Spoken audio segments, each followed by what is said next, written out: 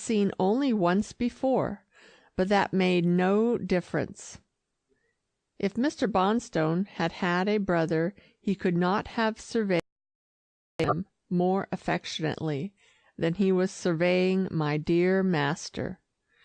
I was licking his shoes, his hands. I was nearly crazy with delight, and even Gringo and Walter Scott were grinning. "Now tell us all about it," said Mrs. Wasp, clapping her hands. "But first, are you hungry? You look as pale as a ghost. When did you last have something to eat?" "I don't know," said master faintly. "The bell, Norman," she said. "Quick now, Jeannie," she said to the maid, who appeared almost instantaneously. "A tray right here, soup, tea, and toast for the present. In 2 hours we will have supper in the dining room. Chicken salad, cold meats, hot rolls, anything else nice that cook can get us." Master, who was listening, murmured, "How very kind you are, Stanna." "No, Rudolph, not kind," she said sweetly. "Just returning some of your many attentions to a tiresome girl. Now tell us about it. Tell us! You're quite sure about the baby? You're not deluded. That would be too cruel." "I've seen it, handled it," said master, starting up in his chair and pushing his hair back from his forehead with both hands, a trick he had when he was greatly excited. "It's a beauty." "Boy or girl?" cried Stanna. "Boy." "And Clossie, tell us about her. I thought she was so very ill." "She has been. She is worn to a shadow. Her flesh is gone." "Clossie thin?" ejaculated Mrs. Bonstone. "As a wraith. I scarcely knew her. She hid her face from me. The poor child. She cried. She thinks she is disfigured for life." "She, the mother of my child. I tell you she's glorious. Absolutely glorious. I never saw a more beautiful woman." Mrs. Bonstone exchanged a glance with her husband. Master was frightfully excited. Then she passed a hand over her forehead. That was a hint to her husband not to excite their friend, and the poor man had never opened his lips. Ladies are queer, even the best of them. To cap the climax, she said, "Norman, you mustn't stimulate Rudolph. You two are to be good friends, and we'll have plenty of time to talk by and by." Mr. Bonstone gave her one of his speaking glances. Then, as master was breaking again into animated speech, he said briefly, "You're done out. Rest for a bit. I'm going to get you a drop of stimulant." And he, with his wife, vanished from the room. Left alone with me, for Gringo and Walter Scott, with exquisite dog propriety, had followed their owners, master gave me the whole story. "Come up, boy," he said, patting his knees, and I jumped up. It seems he had rushed to a train in the morning, reached the country place where the hospital is situated, and driven rapidly there. A smiling nurse had led him to a room where there were ever so many baby cots, all tagged and numbered. She showed him one lovely, weeny child tagged Granton. Master nearly went crazy. He couldn't and wouldn't believe at first that it was his, and the head physician explained that after consultation with master's own physician in New York, they had decided to gratify Mrs. Granton, who had wished to surprise her husband, and not let him know that a baby was coming to her. It was unusual, the doctor said, but it had to be done as they feared for her reason if they deceived her. "Take me to her, take me to her," said my master. "I forgive the deception. The mother of my child can do no wrong." At first he had great trouble. She longed to see him, yet did not want to. There was a great change in her appearance. Finally, after sending message after message, he prevailed upon her to let him pay a 5-minute call. He did not tell me everything just here, but I knew by what he did say that dear mistress had lost all her pretty looks, and yet now she was more attractive than ever in his eyes. "It's the soul shining through, boy, that counts," he said with tears in his eyes. "She is a Madonna now." When was the baby coming home? That is what I wanted to know, but I did not find out till the Bonstones came back in the room. Mistress and young master were to return home in 3 weeks. "And the baby's name?" asked Mrs. Bonstone, when master was taking his soup and looking much refreshed. Master dropped his spoon. "There's only one name in this country good enough for my boy," he said intensely. "Oh, George Washington, of course," she replied. "I might have known." After master took his soup and crackers, or biscuits as Walter Scott calls them, he simply collapsed with fatigue. He couldn't wait for supper. You see, he had been up all the night before in the cathedral, but he did not tell them this. Even with one's best friends, I notice, human beings have reticences. "I tell you everything, boy," said master to me afterward, "for you can't repeat. If dogs could talk, they would not be such valuable friends to us." Mr. Bonstone was just going to take master upstairs and put him to bed, when to the amazement of the men, Mrs. Bonstone began to cry. "Stanna," said her husband in a frightened way. "I want a baby," she said in a choked voice. They stared at her, and so did we 3 dogs. "Perhaps if you wait," said master kindly. "I want one tonight," she said, mopping her eyes. "There are so many poor little babies without a home, unhappy little creatures, crying in the night. I want to adopt one." Mr. Bonstone, as if he were telling her he would go downtown and buy her a present, said, "Wait till I come downstairs. I'll get you one." She threw herself in a big chair and cried harder than ever. I think she was overwrought, and was having a spell of nerves. I followed my master and Mr. Bonstone upstairs. "Look here, Bonstone," said my master, "it isn't so easy to pick up a baby at a minute's notice. You'd better put her off till tomorrow." "She's got to have it tonight," said he, pressing his thin lips together in his inflexible way. "There are all kinds of difficulties," continued my master, "signing contracts, proving life support and legacy after your death, giving references, and so on." "There are babies ready to jump into a home," said Mr. Bonstone. "I have it," exclaimed master as he sat on the edge of the bed in a magnificent guest room. "Go to old Ellen. I'll give you her address, and take my dog. He'll lead you to her apartment." This just suited me. I hadn't been out all day, except for my little walk before dinner, and I jumped and fawned round Mr. Bonstone. "Who is she?" he inquired in his short way.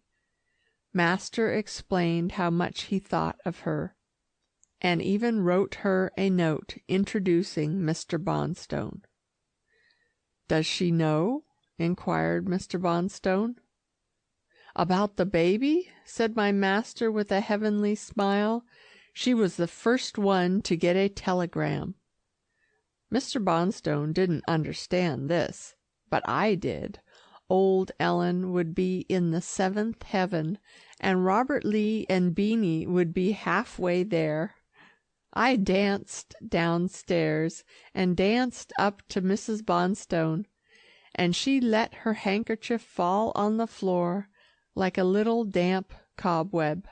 Then she sniffed, and asked her husband to lend her his. He took out his big one for her. Then he telephoned for a taxicab. "If you let the baby get cold, I'll never forgive you," said Mrs. Bonstone. "It won't get cold," he said, and seizing her satin fur-trimmed cloak, he doubled it all up and put it under his arm.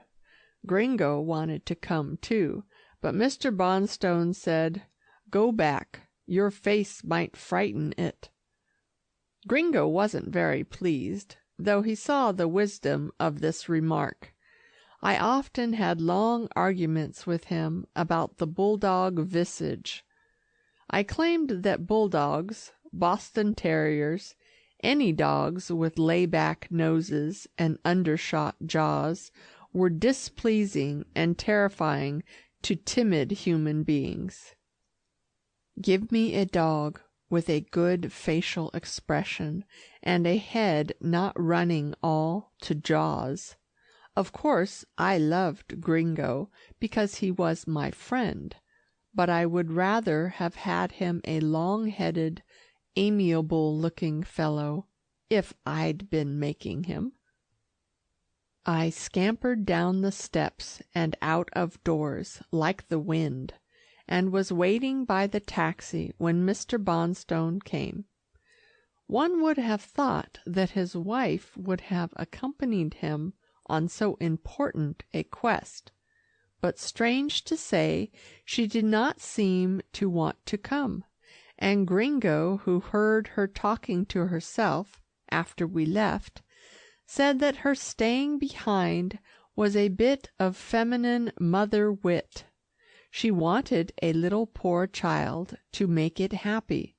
There was no doubt of her loving it, but she wasn't so sure of her husband.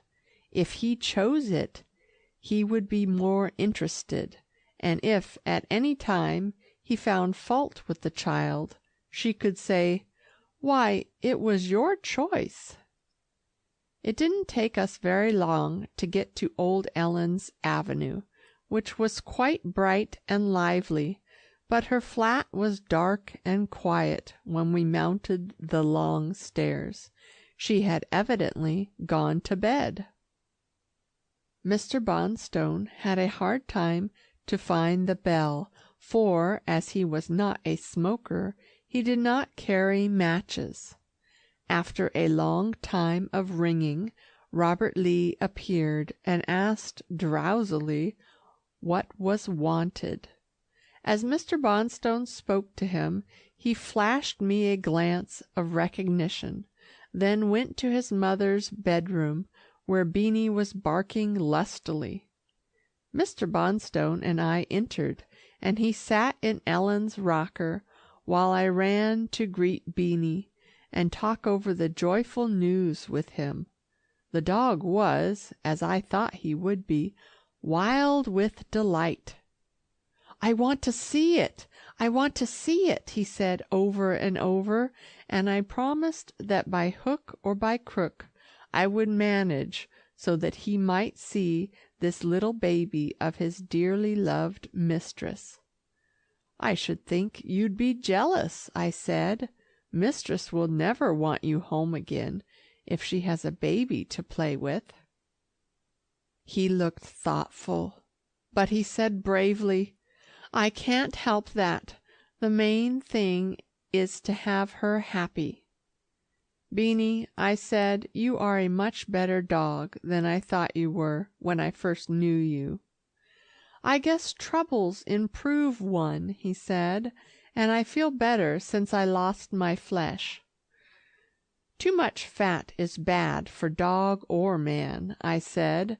Then I ran to old Ellen, who was coming in dressed in her neat cotton wrapper, and looking as calm as if she was used to being routed out of her bed every night of her life. Mr. Bonstone explained his errand, and her face lighted up. "If you's a friend of my dear Mr. Granton," she said, "old Ellen will do anything she can for you." Then she wrinkled her brow. She was doing some thinking. "Would your lady take a little dark child?" she asked.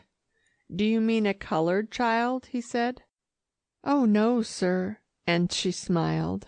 No, I mean dark like Sicilian or Syrian. I know a Syrian baby." "Good, healthy child?" asked Mr. Bonstone. "Yes, sir, a monstrous fine child, and not so very dark complected, but considerably darker than you." "I'll go telephone," said Mr. Bonstone, with what for him was quite an amount of eagerness. He got out of the room so quickly that I could not follow him. In a few minutes he came back smiling. "My wife says she doesn't care what the shade is, to bring it quickly." "I'll go first, sir," said Ellen. "It's close by," and she stepped out into the hall, and crossing to a nearby flat, knocked on a door and went in. After some time she came back, and asked Mr. Bonstone to follow her. I pushed after him, for this was wildly interesting to me. I took good care, though, to keep in the background, lest I should be driven out. This other flat reminded me of the nests of boxes ladies buy, one box inside another, and another inside that, till you get to the tiniest box. It seems a Syrian family renting it took boarders, and at first it was quite an effort to single out the various members of the various families. They all looked respectable and fairly clean, but they were certainly very crowded. I think they were all peddlers of fruit and vegetables or trinkets. There was a roaring coal fire in a kitchen stove, and they all sat round it. One man was playing on a queer-looking musical instrument, and the others were listening to him. One big girl had a baby in her arms. This probably was the baby Ellen had spoken of, and I looked at it anxiously. It was a healthy, happy-looking little object in a ragged but not too dirty frock. Ellen motioned to this girl, and she followed us into an inner room, or rather a closet, where a young woman with a dark, eager face lay on a tiny bed. It was a poor place, and smelt stuffy, but not unclean. I knew by the girl's face she was the baby's mother. Oh, what a devouring glance she gave Mr. Bonstone! He said never a word, but opening his coat, took a picture from his pocket and laid it before her. That was Mrs. Bonstone, I knew. I could imagine how the picture of this pretty, rich young woman impressed this sick, poor young woman. The young woman's eye just burnt into the photograph. That probably was what she would like to be. And here she was laid up with an injured back, Ellen told us, suffering untold torture most of the time, and likely to die any hour. She was not related to the other persons in the house. She was merely boarding with them. Her young husband had died while on the way to this country, and she had been struck by a trolley car a few days before, and knew she must die and leave her baby. Her anxiety was frightful, yet there was a kind of comfort in it for her, for she gazed from Ellen, whom she knew, to Mr. Bonstone, whom she did not know, as if to say, "You are all right if she recommends you. Ask her if she has any relatives here, or in her own country," said Mr. Bonstone to Ellen. Ellen, making use of a lingo I did not understand, put the question to her. The woman made vehement gestures. "No, no, the baby is free." "Her father was well off," said old Ellen in a low voice. "He had cattle and sheep, but he was cruel. He beat her when she said she would not marry a rich old man. She hated them both, and ran away with a poor young man who helped with her father's flocks. Then he died." "Did she tell you this?" asked Mr. Bonstone. "No, sir, the other Syrians. She asked them to take her baby after she died, not to let the old grandfather know. He likely would not have it anyway." "But these people are poor," said Mr. Bonstone, "and that room seems half full of children." "They are very good to each other," said Ellen simply, "but they would be very glad to get rid of it. She wants you to have it, too. See her face?" The poor young woman, brushing back her long, thick black hair from her clammy-looking forehead, motioned to the girl to give her the baby. She could not hold it properly, on account of the pain in her back. Her groans were dreadful, but she steadied herself and pulled a cross out of the breast of her gown. The poor creature had no nice white nightie like rich ladies. She was in bed with her street dress on. She wanted Mr. Bonstone to swear on the crucifix that he would be good to her child. The scene was pitiful, and Mr. Bonstone, strong man as he was, almost broke down. Tears rolled down his cheeks, and he bit his lip painfully. He took the cross in his hands. He promised solemnly to provide for the child, and if he could not keep it himself, to find a good home for it. The poor creature could not understand a word he said, but she knew just as well what he was saying, as if she had been born in America. Her child was safe, and something told me that her mother's soul was deeply gratified that a person evidently rich and of good position would stand between the cold world and her little helpless brown baby.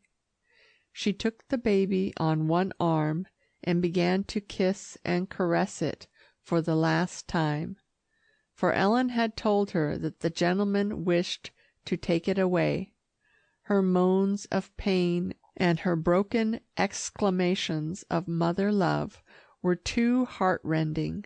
I could not stand it, and ran out into the hall. Mr. Bonstone came out presently with the baby in his arms.